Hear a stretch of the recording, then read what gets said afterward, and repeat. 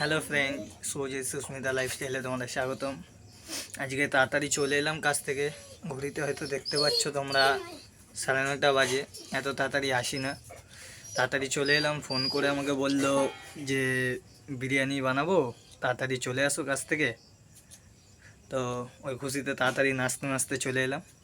তো রান্নাঘরে ঢুকেছে, চলো দেখা যাক কেমন ধরনের বিরিয়ানি হচ্ছে। রান্নাঘরের দিকে যাওয়া যাক।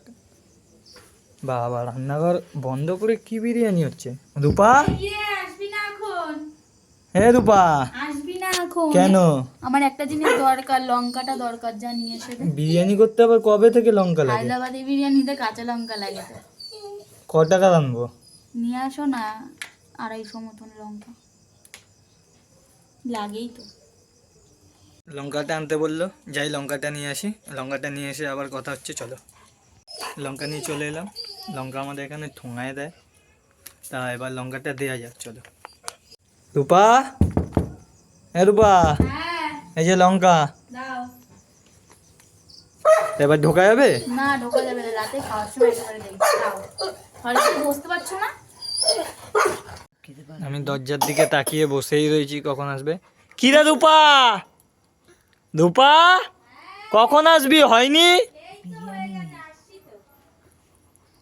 আসছে। চোখ বন্ধ করতে বলছে কেন? বিরিয়ানিটা দেখবে না? হ্যাঁ করেছি, আয় এবার। বলে চোখটা খুলেছি। সুন্দর। এটা বিরিয়ানি? হ্যাঁ, এই বলে তুই আমাকে আনলি? রাতে বিরিয়ানি কে খায়? তা তুই আমাকে এই বলে ডাকলি? কে খায়? হ্যাঁ, ঝগড়া করবে? চুপচাপ মাথা গরম করাস না।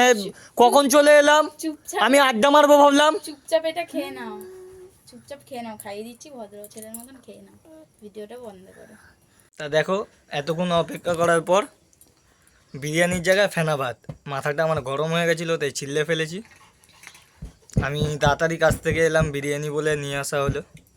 লাস্টে এসে দেখি ফেনা ভাত। নাও নাও নাও, চুপচাপ খেয়ে নাও।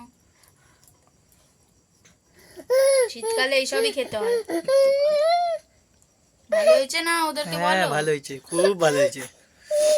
তা ভালো লাগলে like, comment, share and tata. Subscribe. Tata.